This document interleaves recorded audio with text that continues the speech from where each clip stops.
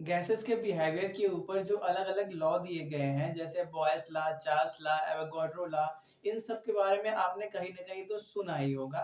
याद नहीं है बात की बात है। आज क्या करेंगे, काइनेटिक थ्योरी ऑफ गैस के बेसिस पे इन सभी लॉ को डिराइव करेंगे, ठीक है? तो पहले बात करते हैं हम बॉयस लॉ के बारे में। तो बॉयस लॉ क्या बोलता है, अगर हम क्या करें बॉयल्स टेम्परेचर को कांस्टेंट रख दे तो जो आपका प्रेशर होता है इनवर्सली प्रोपोर्शनल होता है वॉल्यूम को, यही बोलता है। आज इसी चीज को हमको काइनेटिक थ्योरी ऑफ गैस के माध्यम से प्रूफ करना है, ठीक है?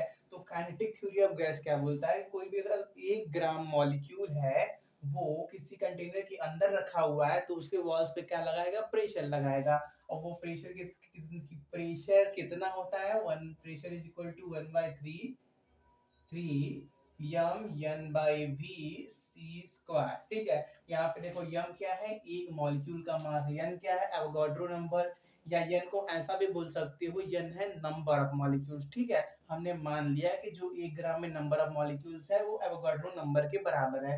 v क्या है, कंटेनर का वॉल्यूम, ये क्या है, रूट मीन स्क्वायर वैल्यू, ठीक है? तो देखो, अगर हम इसमें बात करें कांस्टेंट टेम्परेचर पे क्या होता है, ठीक है? तो देखो, मास किसी एक मॉलिक्यूल का फिक्स हो गया, किसी 1 ग्राम में कितने मॉलिक्यूल होंगे वो भी फिक्स हो गए, कंटेनर का वॉल्यूम भी फिक्स है, 1/3 भी कांस्टेंट है, मतलब इतना तो कांस्टेंट है। हमको सिर्फ इसके ऊपर चेक करना है कि जो आपका c होता है, c बार का स्क्वायर, ये कितना होता है, 3RT/m।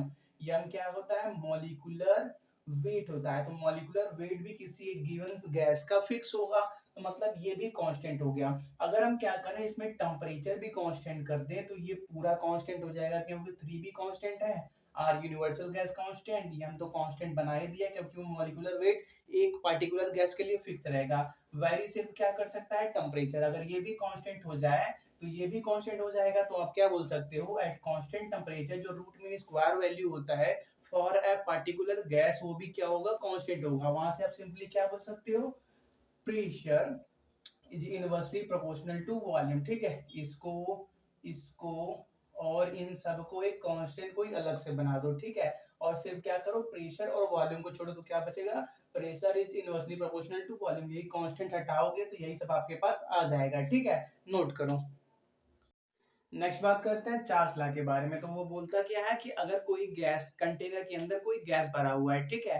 और उस गैस का कोई मास फिक्स कर दिया हमने, तो अगर हम क्या करें, प्रेशर को भी फिक्स कर दें, मतलब प्रेशर को कांस्टेंट रखें, तो जो आपका वॉल्यूम ऑफ गैस होगा वो टेम्परेचर पे डायरेक्टली प्रोपोर्शनल होगा, ठीक है? जितना ज्यादा आप टेम्परेचर बढ़ाओगे तो गैसेस का काइनेटिक एनर्जी बढ़ेगा, वो ज्यादा स्पीड से मूव करेंगे तो क्या करेंगे, अपने वॉल्यूम को बढ़ा लेंगे।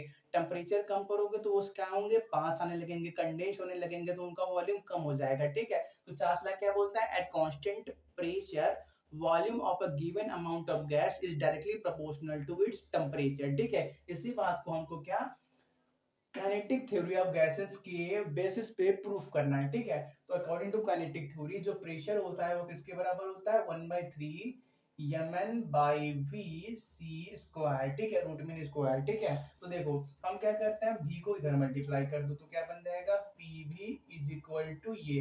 अब क्या करो, यहाँ पे राइट हैंड साइड में ऊपर नीचे 2 से मल्टीप्लाई और 2 से डिवाइड कर लो, ठीक है? तो देखो क्या बनेगा, pv is equal to 2/3, n को अलग कर दो, n क्या है, नंबर ऑफ मॉलिक्यूल्स, या सिंपली बोलो एवोगाड्रो नंबर के बराबर है, ठीक है? ये जो सैंपल हम ले रहे हैं उसमें जो नंबर ऑफ मॉलिक्यूल है हम ऐसा मान के चल रहे हैं कि वो एवोगाड्रो नंबर के बराबर है, ठीक है? इतना हो गया, ये निकला, ये निकला और ये निकला, क्या क्या बचा है उसको साथ में कर लो, ठीक है? 1/2 mc², ठीक है? तो देखो, हमने पिछली क्लास में जब काइनेटिक इंटरप्रिटेशन ऑफ टेम्परेचर वाला टॉपिक पढ़ा था उसमें क्या देखा था, किसी भी गिवन सैंपल का जो एवरेज काइनेटिक एनर्जी होता है, average kinetic energy of translation होता है, वो किसके बराबर होता है, इसके बराबर होता है। और ये भी किसके बराबर होता है, ये भी आपका 2/3, सॉरी, 3/2 के टी के बराबर होता है। के क्या होता है, बोल्ट्जमैन कांस्टेंट, टी क्या होता है, एब्सोल्यूट टेम्परेचर। पिछले क्लास में हमने ये डिराइव भी किया था, इस पे क्वेश्चन भी किया था, आप देख सकते हो, ठीक है? तो हम क्या करते हैं, इतने की जगह 3/2 के टी यूज कर लेते हैं, ठीक है? तो क्या बनेगा, 2/3 n इंटू 3/2 के टी, 2 से 2, 3 से 3 कैंसिल, मतलब क्या बचेगा, PV is equal to N K T. ठीक है, तो देखो यार जो बोल्ट्जमैन कांस्टेंट होता है वो किसके बराबर होता है, आर अपान एन। मतलब क्या, यूनिवर्सल गैस कांस्टेंट अपन एवोगाड्रो नंबर के जब हम क्या करेंगे, यूनिवर्सल गैस कांस्टेंट को एवोगाड्रो नंबर से डिवाइड करेंगे तो हमको बोल्ट्जमैन कांस्टेंट का वैल्यू मिलता है। मतलब क्या, अगर हम n को इधर मल्टीप्लाई कर दें तो n के इज इक्वल टू r हो जाएगा। तो जो यहाँ पे n के है उसकी जगह हम क्या यूज कर सकते हैं, r यूज कर सकते हैं। तो pv इक्वल टू क्या हो गया, rt हो गया। तो देखो यार, अगर हम क्या करें, यहाँ पे प्रेशर को कांस्टेंट कर दे तो प्रेशर कांस्टेंट कर दो, आर तो आपका कांस्टेंट है ही, यूनिवर्सल गैस कांस्टेंट, तो बचता क्या है, वॉल्यूम और टेम्परेचर। ठीक है, तो आप क्या करोगे, इक्वल टू का साइन हटाओगे, सिर्फ प्रोपोर्शनलिटी लगाओगे तो क्या क्या बनेगा, P is direct sorry V is directly proportional to temperature. ठीक है, एट अ गिवन ना ना ना कोई किसी भी फिक्स्ड प्रेशर पे उस गैस का वॉल्यूम उसके टेम्परेचर पे डायरेक्टली प्रोपोर्शनल होता है बस। ठीक है, नोट करो। नेक्स्ट बात करते हैं पीवी इक्वल टू एनआरटी का डेरिवेशन बाय काइनेटिक थ्योरी। ठीक है, तो according to kinetic theory pressure is equal to 1/3 m n by v root mean square. ठीक है, अब क्या करो, राइट हैंड साइड में 2 से मल्टीप्लाई और डिवाइड करो तो क्या बन जाएगा, हम थोड़ा सा रीअरेंज करेंगे। ठीक है, तो v को इधर मल्टीप्लाई कर दो पहले, और फिर क्या बचेगा, 2/3 n को अलग कर लो और 1/2 m n c root mean square अलग कर दो। ठीक है, तो यम क्या है, एक मास का एक मॉलिक्यूल का मास, यन क्या है, टोटल नंबर ऑफ मॉलिक्यूल्स। ठीक है, तो देखो ये दोनों मिलके क्या बन जाएंगे, टोटल मास ऑफ गैस बन जाएंगे, तो उसको कैपिटल एम से डिनोट किया है। ठीक है, तो देखो हमको क्या मालूम है कि अगर हम 1 ग्राम कोई भी गैस ले और उसका average kinetic energy of translation निकालें तो वो किसके बराबर होता है, हाफ यम रूट मीन स्क्वायर के बराबर होता है। ठीक है, और ये किसके बराबर होता है, 3/2 kT के बराबर होता है। ठीक है, तो अगर हम क्या करेंगे, 1 मोल कोई गैस लेंगे तो आपको यहाँ भी 1 से मल्टीप्लाई करना पड़ेगा, यहाँ भी 1 से मल्टीप्लाई करना पड़ेगा।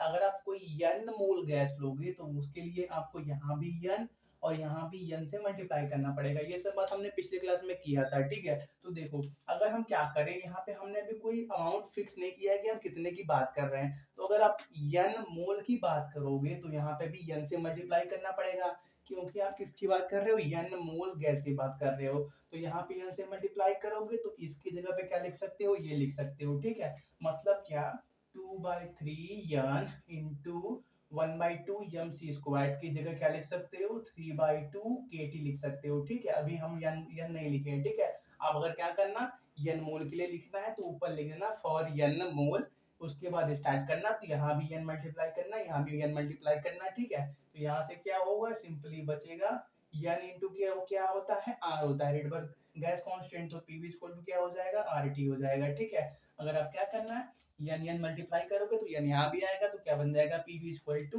n आरटी बन जाएगा। ठीक है, तो उसके लिए स्टार्टिंग में लिख देना for n mole of gas, फिर कहानी को स्टार्ट करना। ठीक है, लिख लो।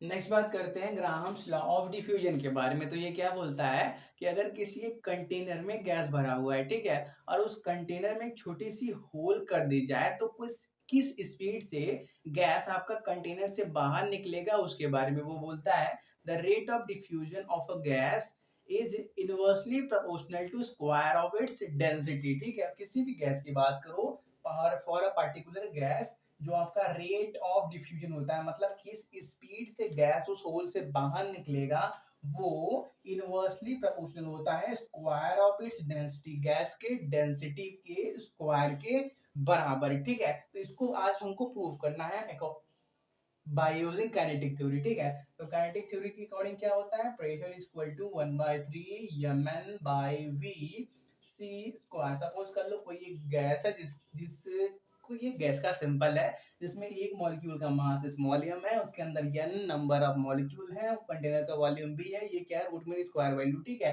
अब क्या करो, यहाँ से आप इसका वैल्यू निकालो, c रूट मीन स्क्वायर का, तो वो क्या होगा, root mean square is equal to 3pv upon small M capital N क्या है, नंबर ऑफ मॉलिक्यूल्स। ठीक है, तो देखो एक मास का मॉलिक्यूल को अगर आप टोटल नंबर ऑफ मॉलिक्यूल्स से मल्टीप्लाई कर दोगे तो आपके पास क्या मिल जाएगा, टोटल मास ऑफ गैस मिल जाएगा। डेंसिटी किसके बराबर होता है, मास अपॉन वॉल्यूम के बराबर होता है। तो यहाँ पे क्या आ जाएगा, नीचे रो आ जाएगा, डेंसिटी रो, साइन सही होता है, साइन रो होता है, ठीक है। तो देखो अगर हम बात करें सिर्फ रूट मीन की, तो वो क्या होगा आपका, ये सभी क्या चले जाएंगे रूट के अंदर, 3p अपॉन रो, ठीक है। तो देखो अगर हम बात करें for a constant pressure, constant pressure पे बात करो तो ये कांस्टेंट है, 3 नंबर भी कांस्टेंट है, तो सिंपली क्या मिलेगा हमको, जो रूट मीन स्क्वायर है वो इनवर्सली प्रोपोर्शनल है स्क्वायर रूट ऑफ डेंसिटी के, ठीक है। देखो अब हमको क्या एक और बात मालूम है, जो आपका रेट ऑफ डिफ्यूजन होता है वो डायरेक्टली प्रोपोर्शनल होता है रूट मीन स्क्वायर वैल्यू के, फॉर अ पार्टिकुलर गैस, कोई पार्टिकुलर गैस है तो उसका रेट ऑफ डिफ्यूजन उसके रूट मीन स्क्वायर पे डायरेक्टली रिलेशन रखता है, ठीक है। तो देखो ये इस पे डायरेक्टली रिलेशन रख रहा है और आपका रूट मीन स्क्वायर वैल्यू यहाँ पे रिलेशन रख रहा है, तो मतलब जो आपका रेट ऑफ डिफ्यूजन होगा वो इनवर्सली प्रोपोर्शनल होगा स्क्वायर रूट ऑफ डेंसिटी के। क्लियर हुआ? क्या कर दोगे यार, स्क्वायर कर दोगे तो रूट हट जाएगा ना, वही लिखा हुआ है rate of diffusion is directly proportional to 1 upon density का स्क्वायर, यहाँ पे भी डेंसिटी है लेकिन रूट के अंदर है, स्क्वायर करो, रूट स्क्वायर करोगे तो रूट हट जाएगा, ठीक है। इसको नोट करो। अब देखो ये किसके लिए बात हो गई, ये हो गई एक गैस के लिए। अगर आपके पास दो अलग अलग गैस हैं जिसमें पहले का root mean square value C1 है और दूसरे का C2 है, तो C2 है तो उसके लिए जो आपका VRMS का वैल्यू, मतलब हम अगर हम C1 अपान C2 निकालें तो वो किसके बराबर आएगा, under root of rho two upon rho one के बराबर आएगा। अगर हम फिर क्या करें, रेट ऑफ डिफ्यूजन निकाले इन दोनों गैसेस के लिए जिनका एक का पहले का root mean square value C1 दूसरे का C2 है, तो वो किसके बराबर आएगा, under root of rho two upon rho one के बराबर। ये बात हो गई दो गैसेस के लिए और ये बात हो गई किसी एक गैस के लिए, ठीक है। नोट करो। नेक्स्ट बात करते हैं Dalton law of partial pressure के बारे में, ठीक है। तो ये बोलता क्या है कि अगर एक कंटेनर के अंदर बहुत सारे गैस भरे हुए हैं, जो गैस एक दूसरे से नॉर्मल टेम्परेचर पे रिएक्ट नहीं करते, ठीक है, तो उस कंटेनर के अंदर जो प्रेशर कर जनरेट होगा, जो बनेगा, वो अलग अलग गैसेस के पार्शियल प्रेशर के बराबर होगा, ठीक है। एक एग्जांपल से समझो, ठीक है। सपोज कर लो एक कंटेनर है जिसमें ऑक्सीजन भरा है, हाइड्रोजन भरा है और हीलियम भरा है। तो नॉर्मल टेम्परेचर पे ये रिएक्ट नहीं करते, ठीक है, इनके लिए बहुत हाई टेम्परेचर चाहिए। तो सपोज कर लो नॉर्मल टेम्परेचर की बात चल रही है, तो Dalton law of partial pressure ये बोलता है कि इस कंटेनर के अंदर जो पी टोटल होगा वो pressure of hydrogen plus pressure of oxygen plus pressure of helium के बराबर होगा। ये जो प्रेशर हम बात कर रहे हैं वो क्या है, पार्शियल प्रेशर है। देखो पार्शियल प्रेशर का मतलब समझो, सपोज करो हमारे पास एक यहाँ पे कंटेनर कोई है, ठीक है, उसके अंदर हमने ऑक्सीजन भर दिया, तो ऑक्सीजन यहाँ पे अकेला है, तो क्या करेगा, ऑक्सीजन हर जगह खुद का प्रेशर क्रिएट करेगा। तो पार्शियल प्रेशर का ये मतलब होता है कि अगर हम बात करें पार्शियल प्रेशर ऑफ हाइड्रोजन के बारे में, तो इसका मतलब ये कि ऐसा अज्यूम कर लो कि यहाँ पे सिर्फ हाइड्रोजन प्रेजेंट है, उसके द्वारा जो भी प्रेशर लगाया गया अकेले, वो क्या बनेगा, partial pressure of hydrogen. Partial pressure of oxygen की बात करो तो सपोज कर लो कि यहाँ पे सिर्फ ऑक्सीजन प्रेजेंट है, उसका अकेले द्वारा लगाया गया प्रेशर क्या कर जाए, बन जाएगा पार्शियल प्रेशर ऑफ ऑक्सीजन।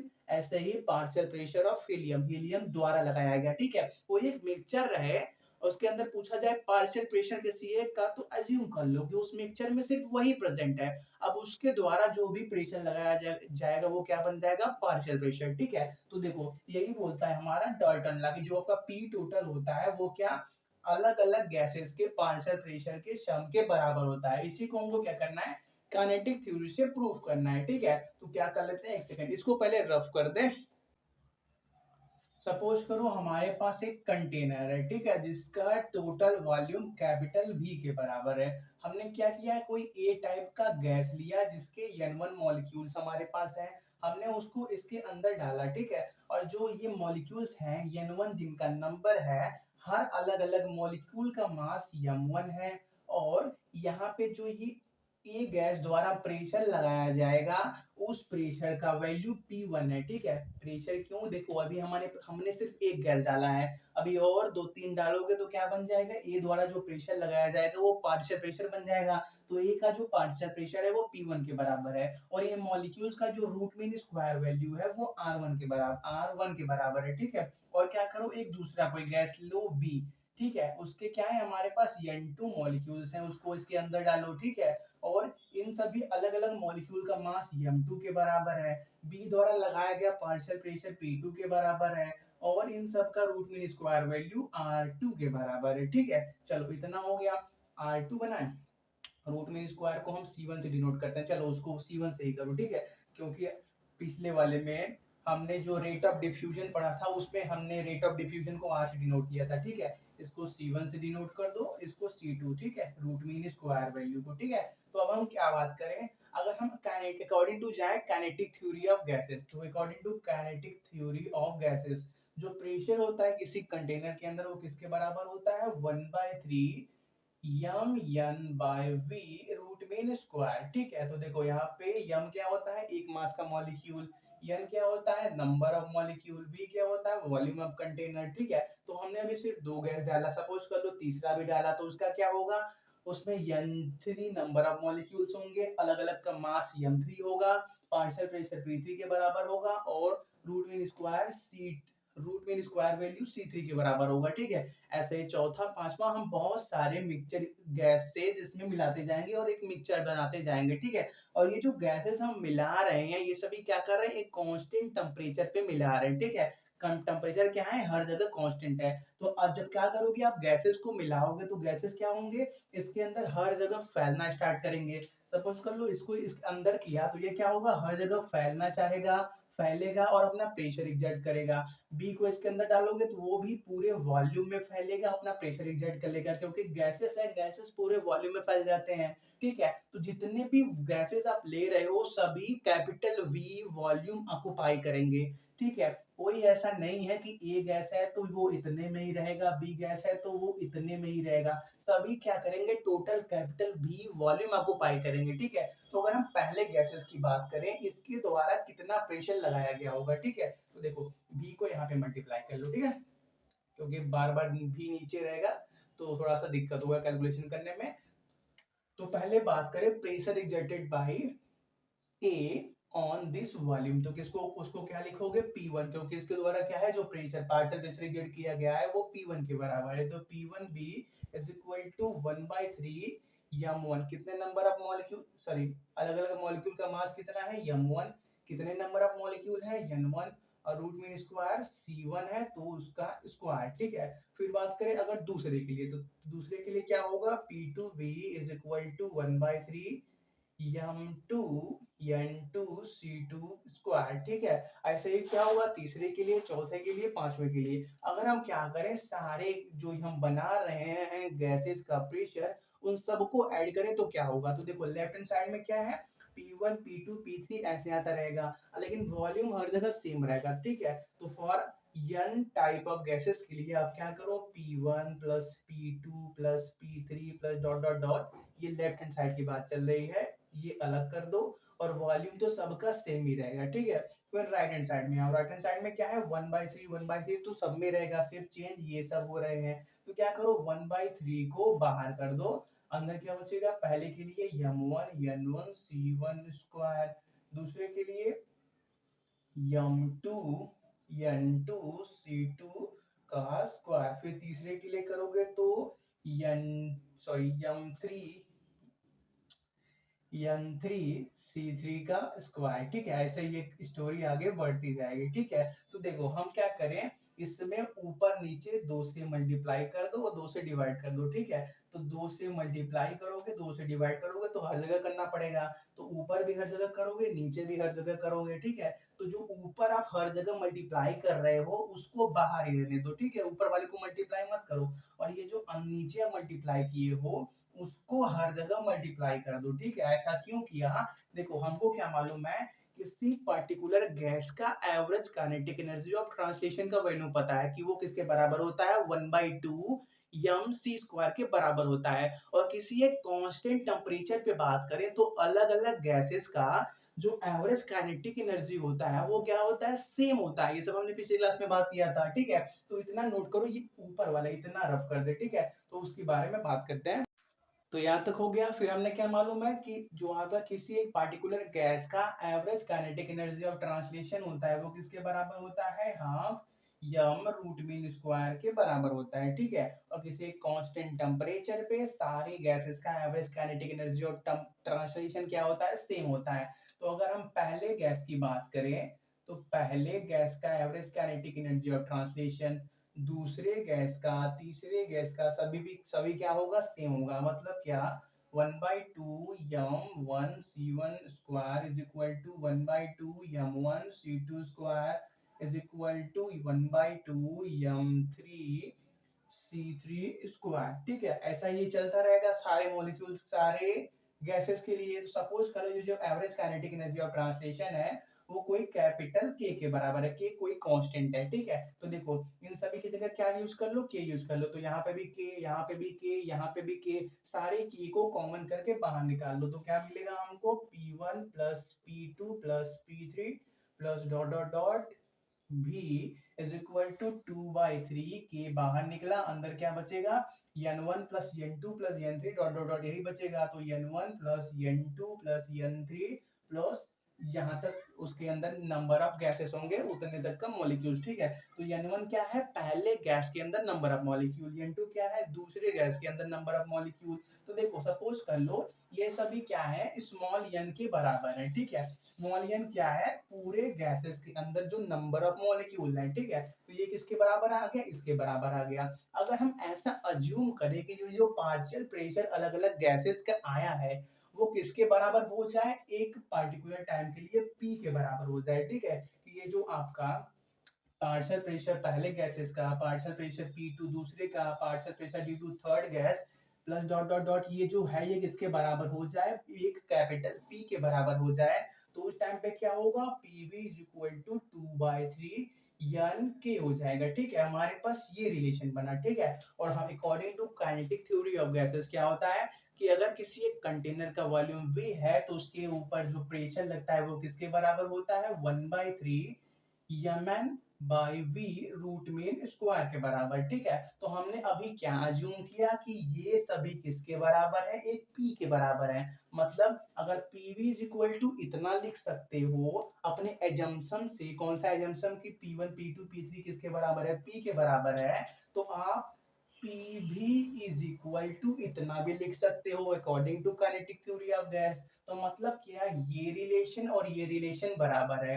तो 2/3 n के किसके बराबर हो गया, 1/3 MnC स्क्वायर के बराबर हो गया। ये रिलेशन कब आया, ये जो बड़ा वाला ब्रैकेट बनाया ये रिलेशन कब आया, जब हमने एज्यूम कर लिया कि जो P1 P2 P3 partial pressure अलग अलग गैसेस का है वो P के बराबर है, मतलब टोटल प्रेशर ऑफ गैस के बराबर है। तो यहाँ से क्या आ गया, P total is equal to P1 P2 P3 dot dot N Pn तक, जहाँ पे n नंबर ऑफ अलग अलग गैसेस के लिए, ठीक है। क्योंकि हमने मान के रखा है कि बहुत सारे गैसेस हैं, ठीक है। तो वहां से क्या क्या प्रूफ हो गया कि जो आपका डाल्टन लॉ क्या बोलता है कि किसी एक मिक्सचर में अलग अलग गैसेस का पार्शियल प्रेशर किसके बराबर होता है, टोटल प्रेशर के बराबर होता है, ठीक है। यही है Dalton law of partial pressure, note कर लो।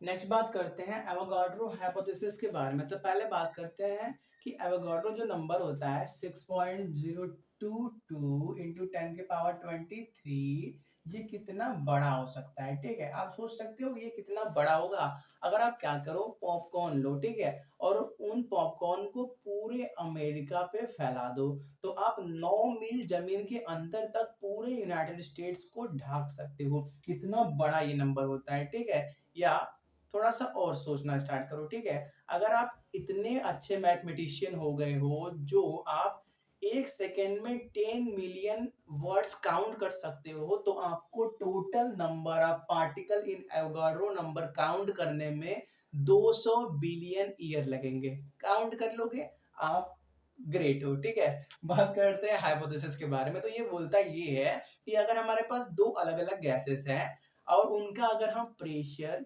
टेम्परेचर सेम रखें, ठीक है, तो दोनों गैसेस के अंदर नंबर ऑफ मॉलिक्यूल सेम होंगे, सिंपल, ठीक है। इसी बात को हमको आज प्रूव करना है अकॉर्डिंग टू काइनेटिक थ्योरी, ठीक है। तो सपोज कर लो पहले एक ए गैस लेते हैं जिसका अलग अलग मॉलिक्यूल का मास m1 है, इसके अंदर नंबर ऑफ मॉलिक्यूल्स n1 के बराबर है और इसका VRMS मतलब root mean square value c1 के बराबर है, ठीक है। और कोई बी गैस लो जिसका अलग अलग मॉलिक्यूल्स का मास m2 के बराबर है, इसके अंदर नंबर ऑफ मॉलिक्यूल्स n2 है और root mean square value c2 के बराबर है, ठीक है। तो अकॉर्डिंग टू काइनेटिक थ्योरी, और सपोज कर लो कि ये जो गैस ऑक्युपाई करेगा वो भी v वॉल्यूम ऑक्युपाई करेगा और ये गैस भी जो वॉल्यूम ऑक्युपाई करेगा वो भी कैपिटल V वॉल्यूम ऑक्युपाई करेगा, दोनों गैसेस सेम वॉल्यूम ऑक्युपाई करेंगे और दोनों सेम टेम्परेचर पे भी रखे गए होंगे, ठीक है। तो अगर हम बात करें पहले गैस के प्रेशर के बारे में अकॉर्डिंग टू काइनेटिक थ्योरी, तो pressure is equal to 1/3 m1 n1 c1 square by v, ठीक है। और दूसरे गैसेस की बात करें, इसको बना दो इक्वेशन नंबर 1, और दूसरे गैसेस की बात करो तो वो भी क्या होगा, v equal to 1/3 m2 n2 c2 by v, ठीक है। इसको बना दो इक्वेशन नंबर 2। तो देखो दोनों गैसेस के लिए एवोगाड्रो ने क्या बोला कि प्रेशर और वॉल्यूम सॉरी टेम्परेचर और वॉल्यूम सेम रखना है, ठीक है।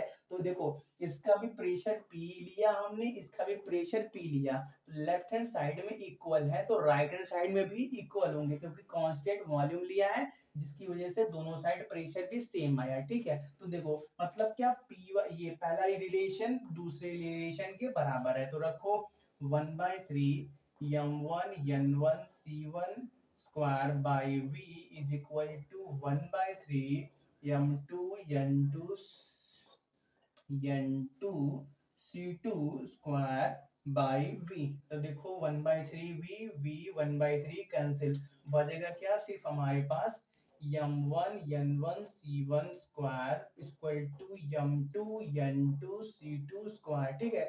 इसको बना दो इक्वेशन नंबर 3। तो देखो according to kinetic interpretation of temperature, जो हमने पिछले क्लास में टॉपिक क्लियर किया था कि जो किसी भी अलग अलग गैसेस का जो एवरेज काइनेटिक एनर्जी होता है कोई कांस्टेंट टेम्परेचर पे सेम होता है, और किसी एक गैस का जो average kinetic energy of translation होता है वो किसके बराबर होता है, 1/2 यम सी स्क्वायर के बराबर होता है, रूट मीन स्क्वायर के बराबर होता है, ठीक है। तो अगर हम बात करें पहले गैसेस के लिए पहले गैसेस के लिए एवरेज काइनेटिक एनर्जी का वैल्यू, तो वो क्या होगा, हाफ m1 c1 स्क्वायर, और दूसरे गैसेस की बात करें तो वो क्या होगा, हाफ m2 c2 स्क्वायर के बराबर।